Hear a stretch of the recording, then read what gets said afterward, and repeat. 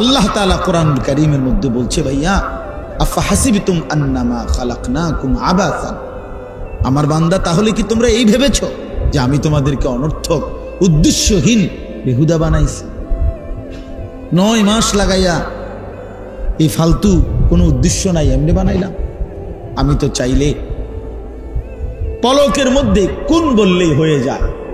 আমি তো সেই মালিক যে মালিক চাইলেই আমি বানাইতে পারতাম। তো তোমাকেও তো আমি কোন বললেই হইতা, কিন্তু আমি এভাবে না বানাইয়া আমার কুদরতি হাতে, নিজের হাতে আমি 9টা মাস, 1 দিন 2 দিন না, 9 মাস অন্ধকারের ভেতরে গোটা পৃথিবীকে না জানিয়ে, কোনো সাড়া শব্দ ছাড়া, 1 বিন্দু আওয়াজ ছাড়া আমি অন্ধকারের কালো চাদর দিয়ে ঢেকে মায়ের অন্ধকার রেহেমের ভিতরে 9 মাস লাগায়া বড় যত্ন করে বানাইছি বান্দা।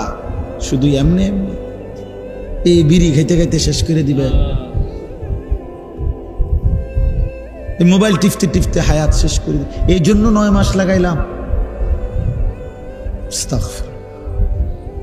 একটা ছেলে হলেই ভাবো ভাই, একজনই ভাবো।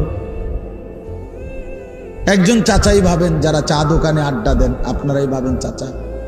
শেষ বয়সটা বুঝি আল্লাহ তাআলা আপনারে এই শুধু এমনি বসে থাকতে দিছে না, আর কোনো দায়িত্ব ছিল না। নবী সাল্লাল্লাহু আলাইহি ওয়াসাল্লামকে আল্লাহ তাআলা কোরআনে আছে বলছেন, ওয়া'বুদ রাব্বাকা হাত্তা ইয়াতিয়াকাল ইয়াকিন। বন্ধু, মৃত্যু আসা পর্যন্ত আপনি আপনার রবের ইবাদত করতে থাকেন। তাহলে নবীজি কি বলছে? মৃত্যু আসা পর্যন্ত বন্দিগির উপরে থাকেন। আর আমনেরে কইছে বিকাল টাইম বন খান আর চা খান, ঠিক না? তা আপনি তো এইভাবে জিন্দিগি সাজায় ফেললেন যে প্রতিদিন বিকাল বেলা চায়ের দোকানের আড্ডা, বিড়ির আড্ডা, নাটক, সিনেমা, টেলিভিশনের আড্ডা। ছেলেরা তোমরা তো ভাই জিন্দিগি এটাই বানায় নিলা যে শুধুই আড্ডা, শুধু খানার টাইমে একটু খানা, ঘুমের টাইমে কিছুক্ষণ ঘুম, টয়লেট, বাথরুম, আর বাকিটা সময় শুধুই আড্ডা, শুধুই আড্ডা। এ কেমন জিন্দিগি? আল্লাহ তাআলা এর জন্য বলছে, বান্দা বলো তুমি কি এই ভেবেছো? ওয়া আন্নাকুম ইলাইনা লা তুরজাউন।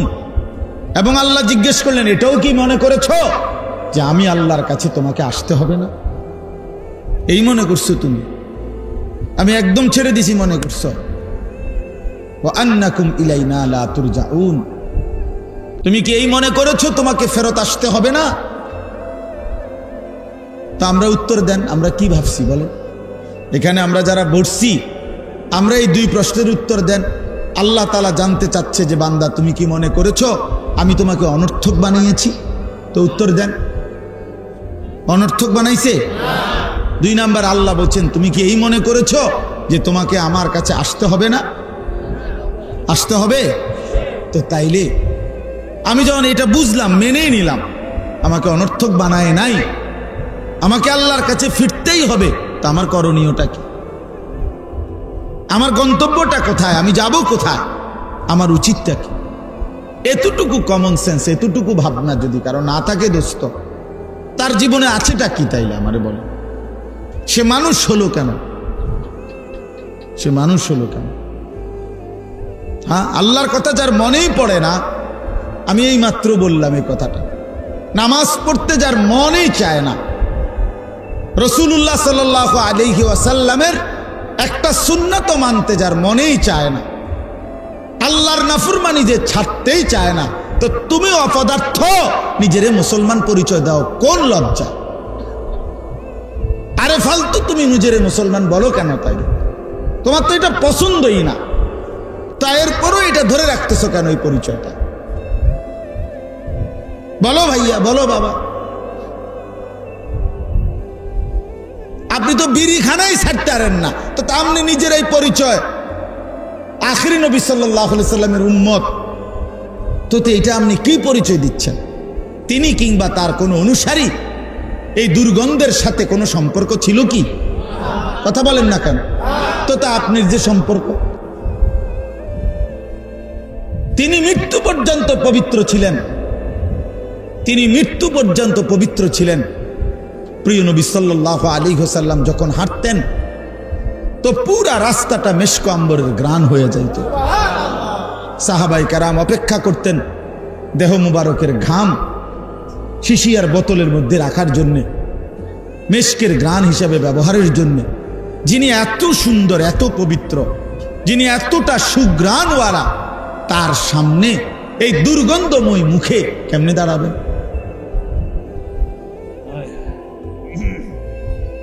কেমনি? ছেলেরা বলো ভাই, এই নাপাক শরীর, পেশাব করে পানি নাও, ঠিক মতো টয়লেট পেপার ব্যবহার করো না, পেশাব পায়খানা করে পবিত্র হয় যেভাবে শরীয়ত সম্মতভাবে, তার কোনো ধার ধারো নাই। ফরজ গোসল, গোসল ফরজ হইলে, বীর্যপাত হইলে শরীয়তে যেভাবে গোসল করতে কইছে, নবী সাল্লাল্লাহু আলাইহি সাল্লাম যেভাবে গোসল করতে বলছে, ফরজ গোসল যেভাবে, সেটার কোনো পাত্তাই নাই। সাবান ডইলা লাইলা, পানি ছেড়ে দিলা, পানি ঢাইলা লাইলা, তোমার কাছে তো মনে হয়েছে শরীর পরিচ্ছন্ন তো হয়েছে, ঠিক আছে, কিন্তু পবিত্র তো হয় না। পবিত্রতার পরিচ্ছন্নতা তো এক কথা না দোস্ত।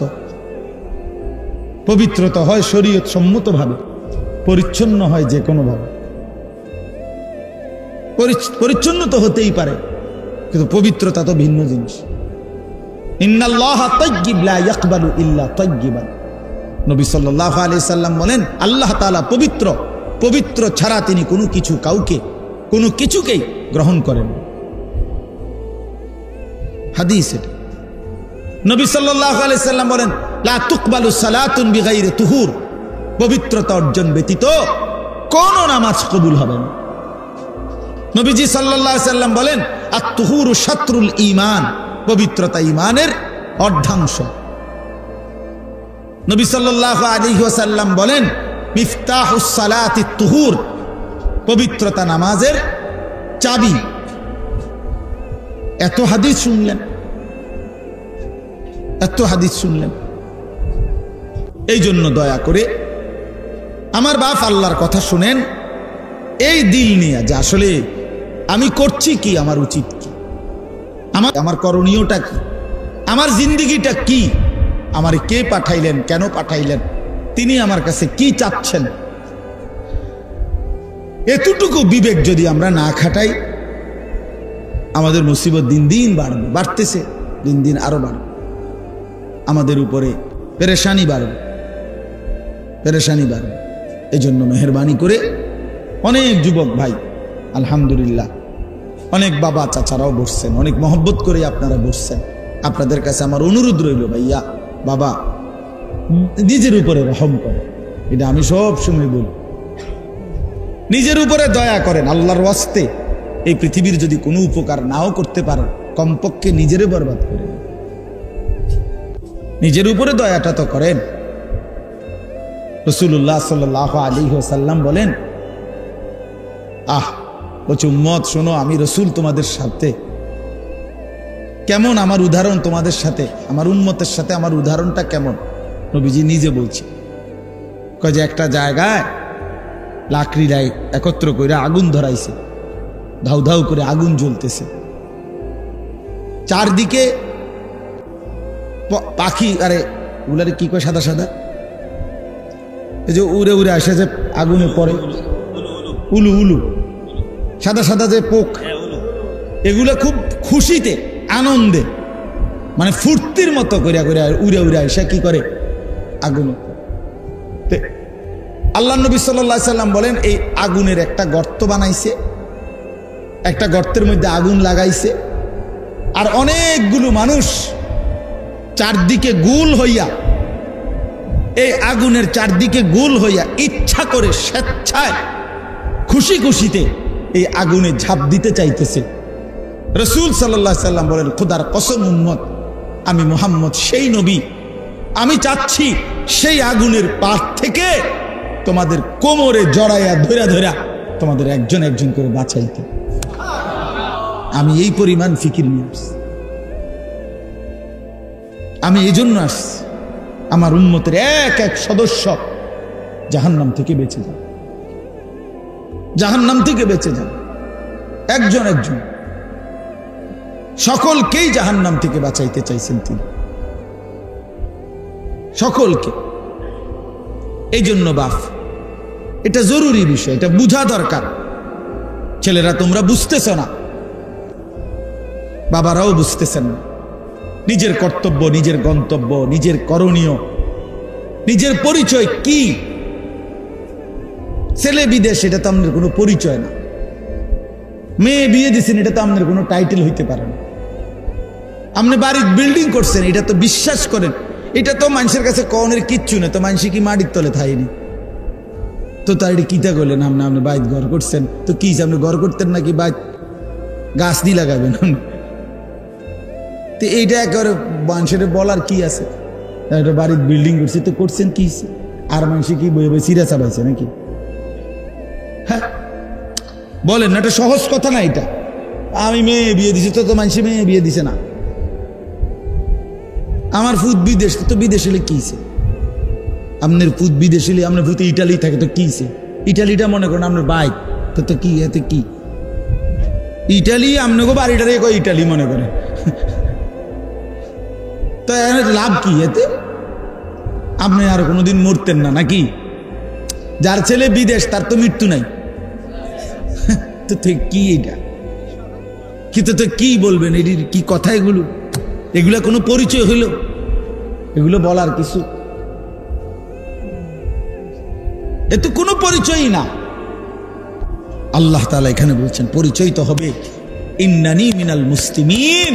শোনো পৃথিবীবাসী, আমি মুহাম্মদ আরবির উম্মত, আর 23 বছর রাসূলের জিন্দেগি গ্রহণ করে সবার সামনে দাঁড়িয়েও আমি একাই বলতে চাই, গোটা পৃথিবী উল্টে যাক, আমি একমাত্র মুসলমান হিসাবে মৃত্যু পর্যন্ত নিজেকে দাঁড় করায় রাখতে চাই।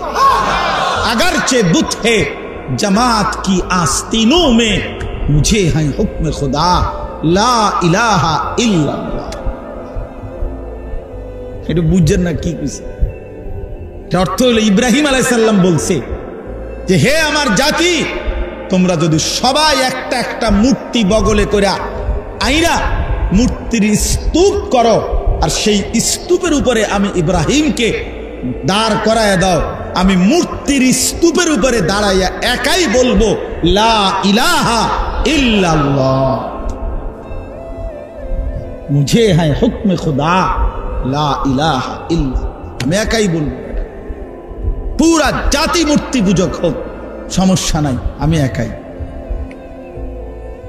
ওয়ারাবাতনা আলা কুলুবিহিম ইয কামু ফাকালু রব্বুনা রব্বুস সামাওয়াতি ওয়াল আরদ লান নাদউ বিদুনিহি ইলাহান লাকাদ কুলনা ইদান শাতাতা।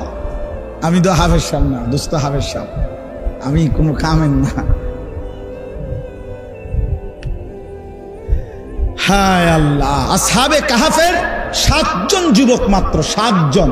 একটা দেশের বাদশাহ, মন্ত্রী, উজির, নাজির, জনগণ, পাবলিক, 14 গোষ্ঠী, এমনকি এই ছেলেগুলোর বাপ মা, দাদা, চাচা, নানা, জেডা, খালু, ফুপা, মামু, সকলেই মুশরিক, সকলেই মূর্তি পূজক। এরকম মনে করেন লক্ষ লক্ষ মূর্তি পূজকের মাঝখানে দাঁড়িয়ে, বাদশার সামনে দাঁড়িয়ে এই 7 যুবক বলছে যে আমাদের রব তিনি আসমান ও জমিনের রব, যিনি লান নাদউ মিন দুনিহি ইলাহান। এই জালেম বাদশা, আরো যদি জুলুম করো শাস্তি দাও, ফাঁসি দাও, আর জমিনের রাশ ফেলে দাও, কিন্তু তারপরও শুনে নাও, আল্লাহকে ছাড়া, ওই এক মালিককে ছাড়া আর কাউকে আমরা ডাকবো না। লাকাদ কুলনা ইদান শাতাতা, যদি আল্লাহকে ভিন্ন কাউকে ডাকি তো নিঃসন্দেহে হবে এটা অপরাধ, পাপ, অন্যায়, জুলুম। আল্লাহ বলেন এই যুবকদের কলিজার ভিতরে এমন ঈমান, ওয়ারাবাতনা, আমি আল্লাহ কলিজার ভিতরে ঈমানটা রশি দিয়ে বাঁধিয়ে দিছি, একদম না ছোট। ওয়ারাবাতনা মানে হলো বেঁধে দিলাম, যুবকের কলিজায় ঈমান বাঁধা দিলাম। আমার মনে আছে ছোটবেলায় একবার আমার বড় বোনের বাচ্চা হয়েছে, তো বাচ্চা হয়েছে, আর আমার নানার বাড়ির থেকে আমার মা, আমরা দেশে কয়েক গিরুম পুরা কয়েকগুলো গোল গোল চাউলের দিয়া দিয়ে বানায়, যে বাচ্চা হইলে মেয়ের বাড়ির পাঠায়, আপনাদের দেশে আছে এগুলো? ডেকচির মধ্যে কইরা এরম গোল গোল কুড়া কুড়া, হ্যাঁ এগুলো গোলা গোল গোল আর কি এরকম, এগুলা বানাইয়া আগের দিনে কি করতো, পাঠাইতো, বুঝছেন না? মেরা ফিডা না, মেরা ফিডা তারা ছোট ছোট, হ্যাঁ আর একটু বড় বড় সাইজ আপনার। আচ্ছা যাক, এরকমই হইব। আমরা যেটা ছোটবেলায় চিনছি এখন আর চেনে না। শুনেন, এটা একটা দলিল না, না এটা দলিল হইল যে যারা তাদের ফ্যামিলিকে ইসলামে অভ্যস্ত করে না, খোদার কসম 100 বছর পরে পরবর্তী জেনারেশন কোরআন কি, ইসলাম কি, মুসলমান কি, আখিরাত কি বুঝবে না। আজকে বহু কিছু আছে এরকম আমাদের ছোটবেলার জিনিস এখনকার বাচ্চা করে আমি বুঝাইতে পারতাম। আর সাসারগো আমলের টিতে আরো নাই, আমি আমারটা না, আমার বয়স তো কমপক্ষে 200, ঠিক না কথাটা? 283 বছর নেই আমার বয়স। তাইলে আমার বয়স 43 রানিং, 81 সনে আমার জন্ম, তাহলে আমার 43 বছর যদি আমার বয়স, তা আমার ছোটবেলা আজ থেকে 150 বছর আগে, 30 বছর আগে, ঠিক না? তো 30 বছর আগের কথাটাই তো আমি বুঝাইতে পারতেছি না, চিনাইতে পারতেছি।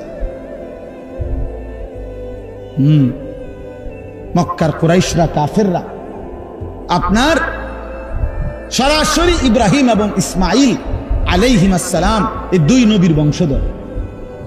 এই আবু জেহেল, আবু লাহাব, উতবা, শাইবা এরা সরাসরি নবীদের বংশধর, কুরাইশ যারা।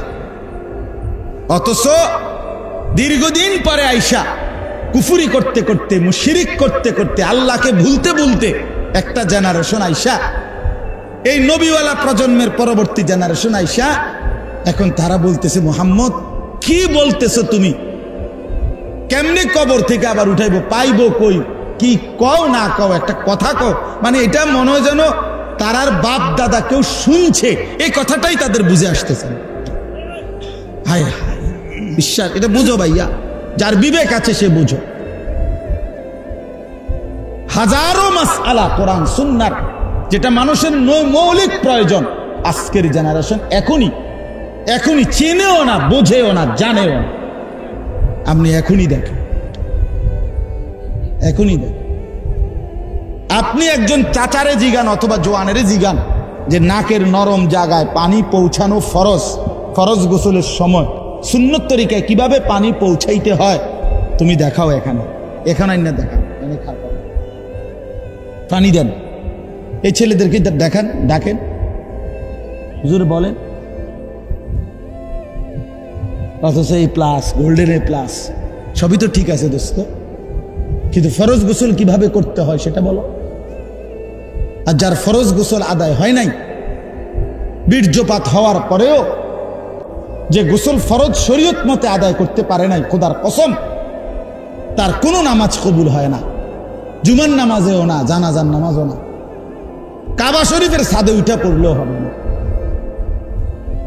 কত বড় দুর্ভাগ্য, কত বড় বদনসিব।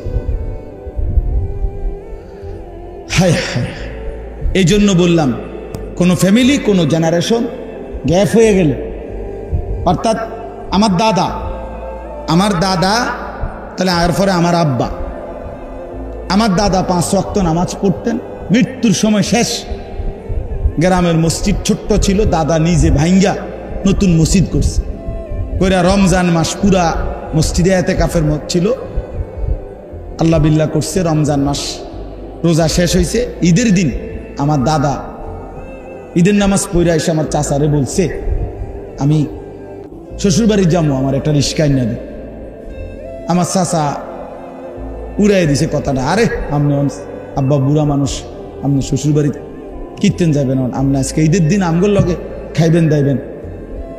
কয় না, আমি আজকে যামুই, বুড়া মানুষ। তো আমার স্বাস্থ্য বাইরে কইছে, নাতি তুই দাদার লগে চল, ধরে হাতে ধরে কইছে, তুই দাদারে লইয়া চল, দাদা আজগা শ্বশুর বাড়ির যামুই। ও গেছে গা জোর করে হাঁটতে হাঁটতে, মাছ পথে কতটুক গিয়া দাদা ঘুরাইয়া পড়ছে, সন্ধ্যা হইবার আগেই দাদা কবরে চলে গেছে। দাদা শ্বশুর বাড়ি। তা আমার আব্বা আলেমে দ্বীন ছিলেন, মৌলানা সাহেব ছিলেন, আমার ঘরে মাদ্রাসায় পড়াইছেন। 5 ভাই আমরা মাদ্রাসায় পড়ছি। তো এখন আমার 2 ছেলে, তো 2 ছেলেই মাদ্রাসায় পড়ে। তো একটা জেনারেশন থাকতে হয়। এখন যদি এমন হয় যে আমি আইসা এখন আমার ছেলে তারে আমি দিন শিখাইলাম না, তো হতে পারে আমি বাপ আলেমের কারণে হেইতে বেটা ঠিক আছে, যদিও আলেম হয় নাই কিন্তু নামাজ রোজা কিছুটা চিনে, কারণ ওই যে তার আব্বা যে হুজুর। কিন্তু এরপরে যে এর ছেলে হবে, কথা বুঝছেন না, হে অথবা তারপরের জন আইসা তো ইসলাম চিনবে, কোরআন চিনবে, নামাজ চিনবেন। লানতটা তো দেখা যাবে আর পরে না, অভিশাপটা তো দেখা যাবে। আজকে যারা ছেড়ে দিচ্ছে ছেলেকে, নিজের স্ত্রী নিজের মেয়েকে বেপর্দা ছেড়ে দিল, ছেলেটাকে বেনামাজি অবস্থায় মেনে নিল, বিশ্বাস করেন এখনে না হয়তো টের পাইলেন না আপনি, কিন্তু এটার ফলাফল টের পাবে 50 বছর পরে, 100 বছর পরে। এর পরের জেনারেশন আর নামাজ কাকে বলে, আখেরাত কাকে বলে এটাই বুঝে। কি পরিমাণ মুসলমান মনে করেন আজকে এই মাত্র আবু হানিফ ভাই কোরআনুল কারীম তেলাওয়াত করছে, আপনাদের দিলে লাগছে না?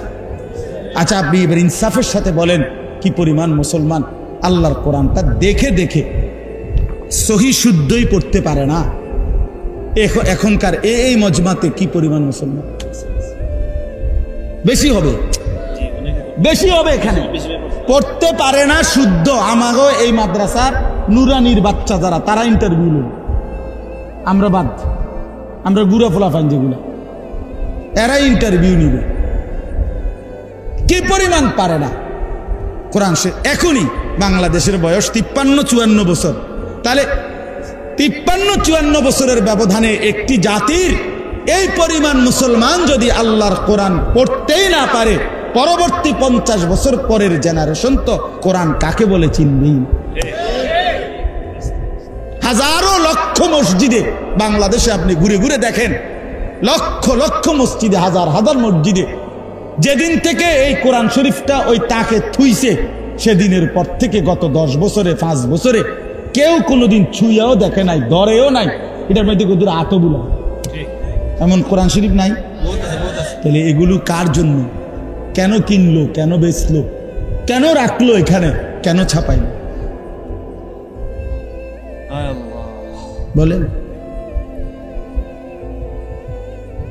وقال الرسول يا رب إن قوم اتخذوا هذا القرآن مهجورا। রব্বুল আলামিন বলেন, রসুল আমার কিয়ামতের দিন বন্ধু আল্লাহর কাছে বলবে, রব্বুল আলামিন 23টা বছর মাওলা এই কোরআনকে আপনার কাছ থেকে গ্রহণ করতে গিয়ে আমি মুহাম্মদ দিনের পর দিন, রাতের পর রাত কষ্ট করেছি, কি পরিমাণ পাথরের আঘাত সয়েছি মাওলা আপনি জানেন। তায়েফের রক্ত আমার, উহুদের দান দান শহীদ আমার, পেটের মধ্যে 2টা পাথর বেঁধে আমি এতটা কষ্ট করে যেই কোরআন আপনার কাছ থেকে গ্রহণ করে আমার উম্মতের কাছে রেখে গেছি, উম্মতের এরা এরা এরা এরা এই লোকগুলো আল্লাহর নবী দেখিয়ে বলবেন, আল্লাহ এই লোকগুলো আমার সেই মেহনতের 23 বছরের কষ্টের কোরআন মাহজুরা নিজের জীবন থেকে বিতাড়িত করে দিয়েছে, পরিত্যক্ত করে দিয়েছে, আমি এর বিচার চাই। হ্যাঁ, নবী সাল্লাল্লাহু আলাইহি ওয়াসাল্লাম সরাসরি মুকদ্দমা দাহির করবে। তখন কি জবাব দিবেন? আপনি বলবেন, ইয়া রাসূলুল্লাহ আমার জন্য সুপারিশ করেন। নবী বলবেন, উম্মত আমি তো তোমার জন্য বিচার প্রার্থী। বুঝেন নাই বাপ? তো কে সুপারিশ করবে তাইলে? কোরআন শরীফের আয়াত, সূরা ফুরকানের আয়াত।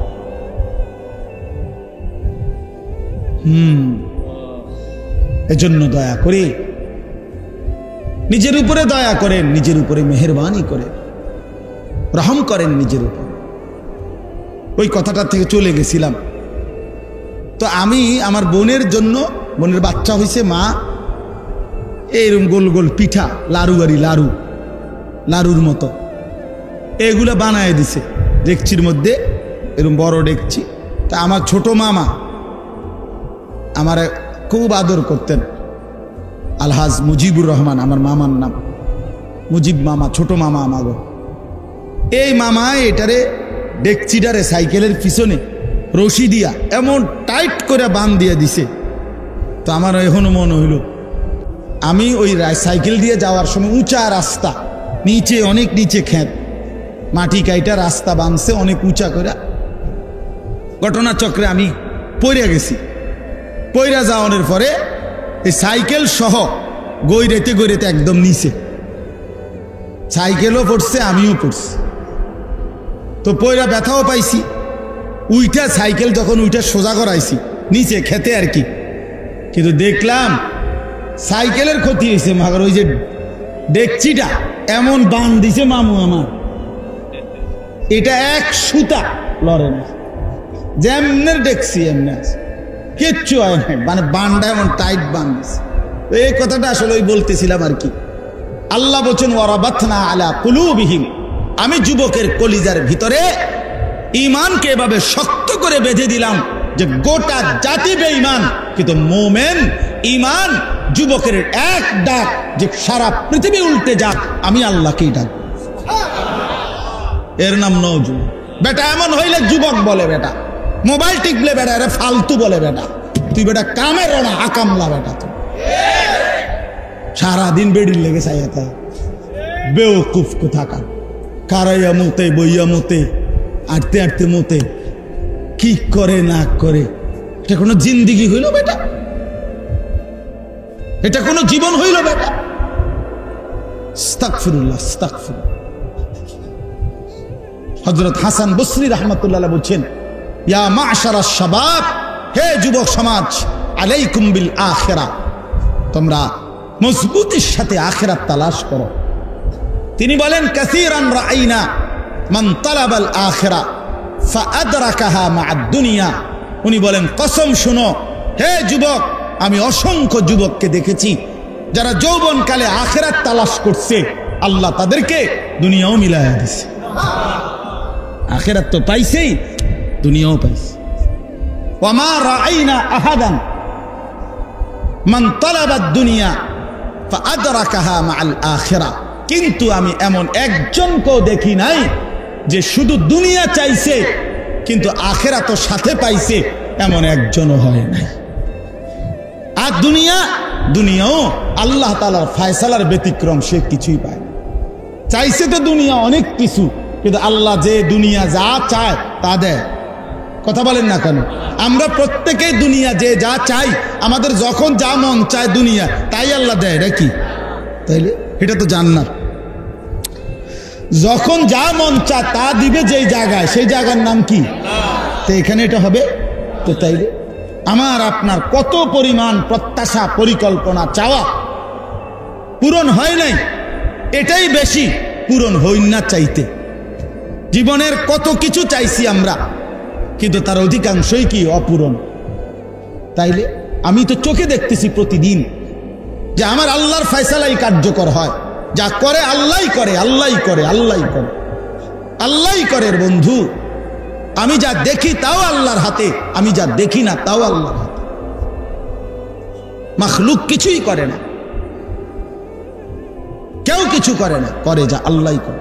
নবী সাল্লাল্লাহু আলাইহি সাল্লাম ওনার চাচাতো ভাই আব্দুল্লাহ ইবনে আব্বাস রাদিয়াল্লাহু তাআলা আনহুমাকে বলছে, ওয়া আলাম আন্নাল উম্মাতা লাউ ইজতামাআত আলা আন ইয়ানফাউকা বিশাইইন লাম ইয়ানফাউকা ইল্লা বিশাইইন কাদ কাতাবাহু আল্লাহু লাক। শোনো, গোটা পৃথিবী মিলে যদি সিদ্ধান্ত নেয় তোমার একটা উপকার করবে, নবী বলেন করতে পারবে না, কেবল তোমার সেই উপকারটাই হবে যেটা আল্লাহ তোমার জন্য লিখে রেখেছে। সবাই মিলে যদি সিদ্ধান্ত নেয় তোমার একটা ক্ষতি করবে, মুসিবতে ফেলবে, আল্লাহর নবী বলেন কোনো মুসিবতে ফেলতে পারবে না, কেবল সেই মুসিবতটাই আসবে যেটা আল্লাহ তোমার জন্য লিখে রেখেছেন।